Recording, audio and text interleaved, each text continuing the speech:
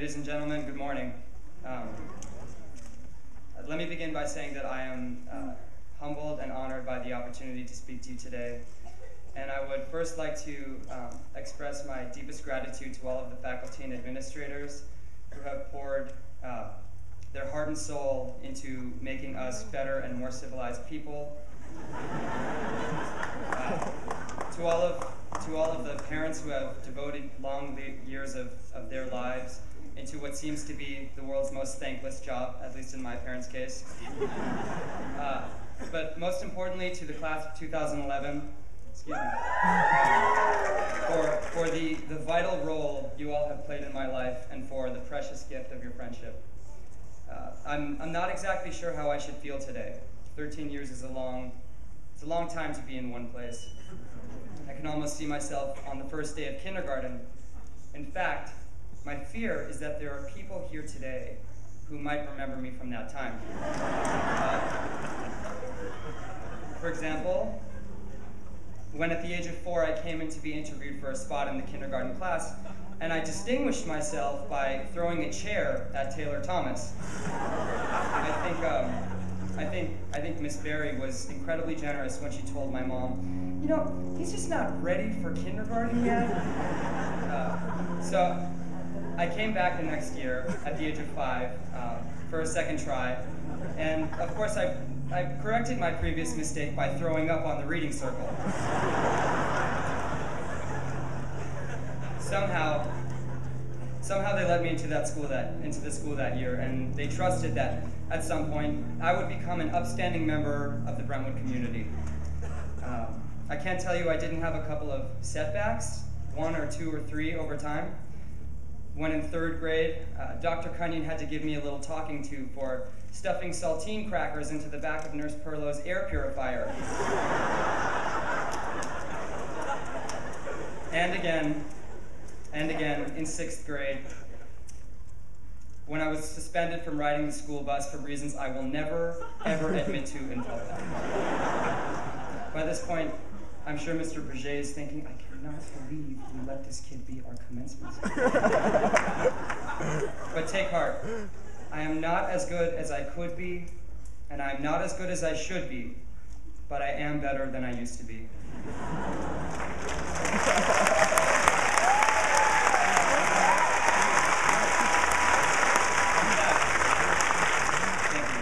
In fact, I can confidently say that as we all stand up today to celebrate this bittersweet occasion, we have all come a long, long way.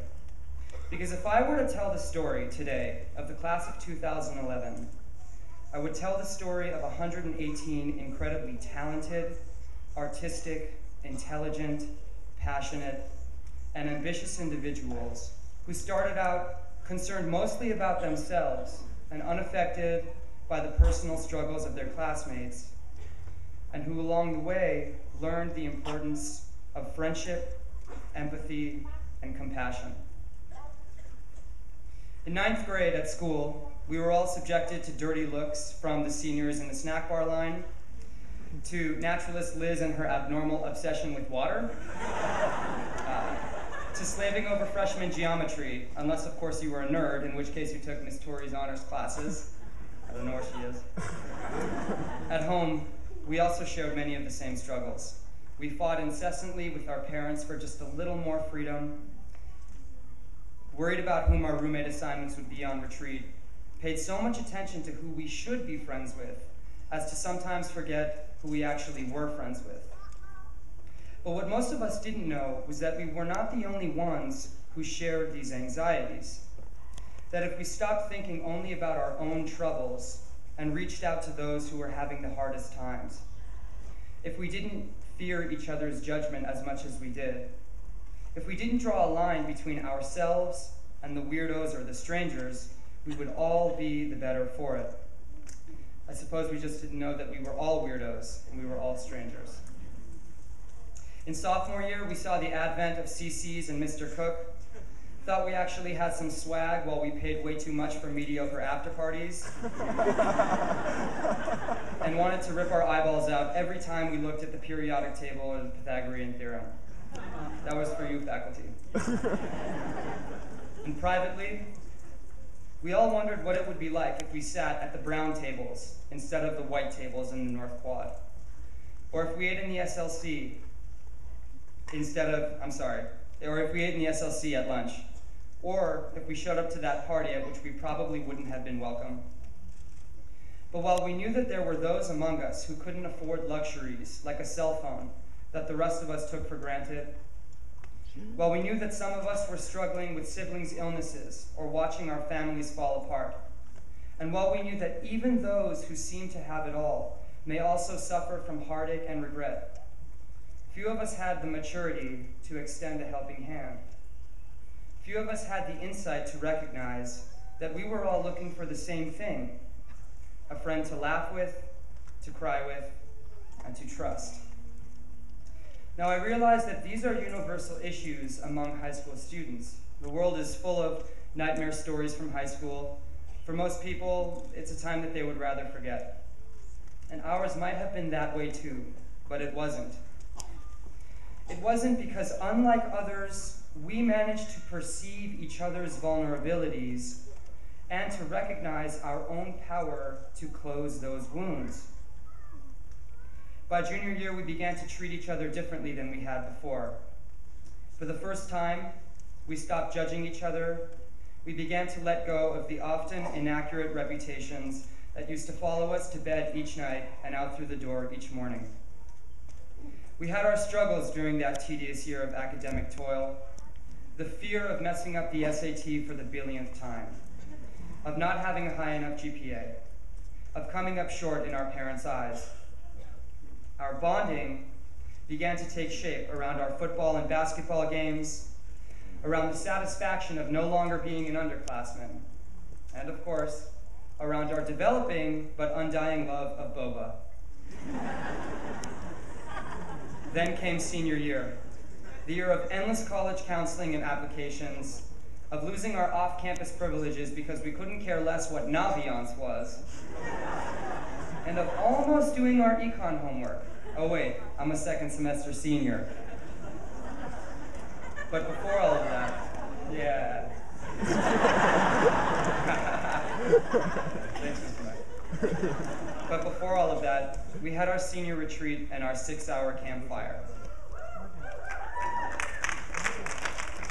That night, each of us had a chance to speak about anything at all before the entire group, and we trusted each other enough to expose our greatest vulnerabilities. We spoke of our guilt or anger or shame. We cried about being betrayed by a friend. We dared the others to imagine what it was like to feel that your life was a lie, or what it was like to feel invisible. We apologized for acts we regretted, confessed our deepest crush, even discovered that we weren't the only one who had ever fabricated excuses for why we were sitting at home alone on a Saturday night. Instead of dismissing each other, or passing judgment, or keeping our guards up, we finally stopped to look at and listen to the person who was standing there on the cusp. We finally got it.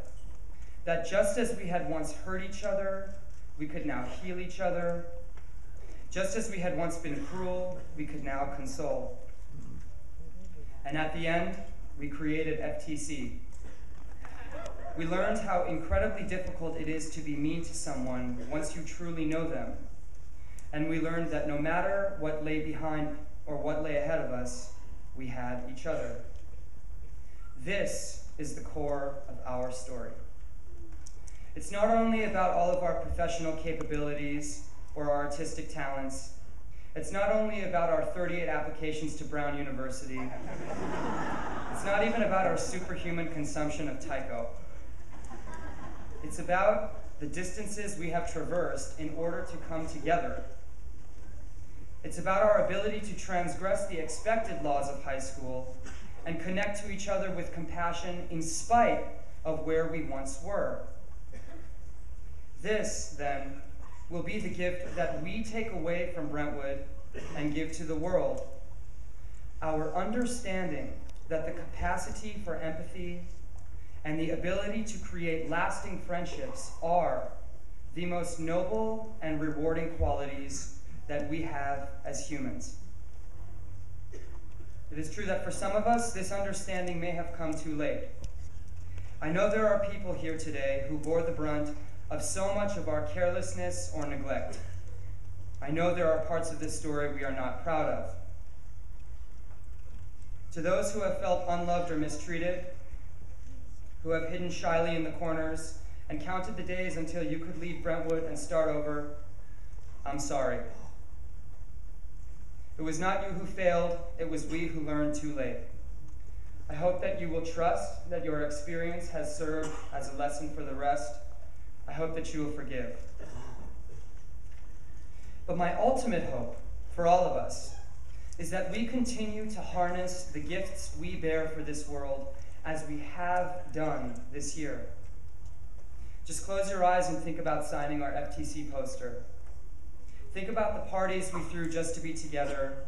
Think about the standing ovations we gave for those who had never performed before at Coffee House.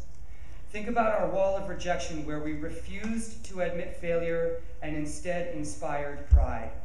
Because I see these days in your eyes a depth of compassion that I know we did not have 4 years ago. You all have given me infinitely more than I have earned.